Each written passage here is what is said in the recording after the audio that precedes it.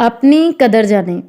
कहते हैं कि पुराने ज़माने में एक दना बुजुर्ग था और जब वो बीमार होने लगा और उसको अपनी मौत करीब महसूस होने लगी तो उसने अपने बेटे को बुलाया और उसको एक घड़ी दे दी और कहा, यह घड़ी मुझे आपके दादाजी ने दी है जो तकरीबन 200 साल पुरानी है। उसने बेटे से कहा कि इससे पहले कि मैं ये घड़ी आपको तोहफे में दूं, आप पहले बाजार में जाकर घड़ियों की दुकान से इसकी कीमत मालूम कर लें और वो दुकानदार कितने में ये घड़ी खरीदना चाह रहा है।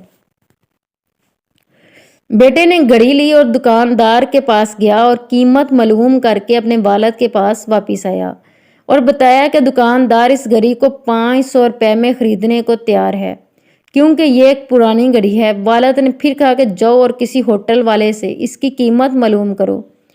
बेटे ने बाप की बात मान ली और होटल वाले से भी कीमत मालूम करके वापस आया और वालिद को बताया कि होटल वाला 1000 में खरीदने को तैयार है। वालिद ने फिर कहा कि अब जाओ और किसी अजायब घर वालों से इसकी कीमत मालूम करके वापस आओ। बेटे ने फिर घड़ी ली और अजायब घर वालों के पास गया और इस घड़ी की कीमत के बारे में पूछा। वो भागते भागते अपने वालिद के पास आए और कहा कि वो लोग इस घड़ी को 10 लाख में खरीदने को तैयार हैं। तब वालिद ने कहा कि देखो बेटे, मैं तुम्हें ये समझाने की कोशिश कर रहा था कि सही जगह पर आपकी कदर होती है और आपको अहमियत और इज्जत दी जाती है। अपने आप को गलत जगह पर मत डालें जहां आपकी कदर ना हो। आपकी कदर वो जानते हैं जो आपकी काम की तारीफ करें और आपको हौसला और शाबाश दें।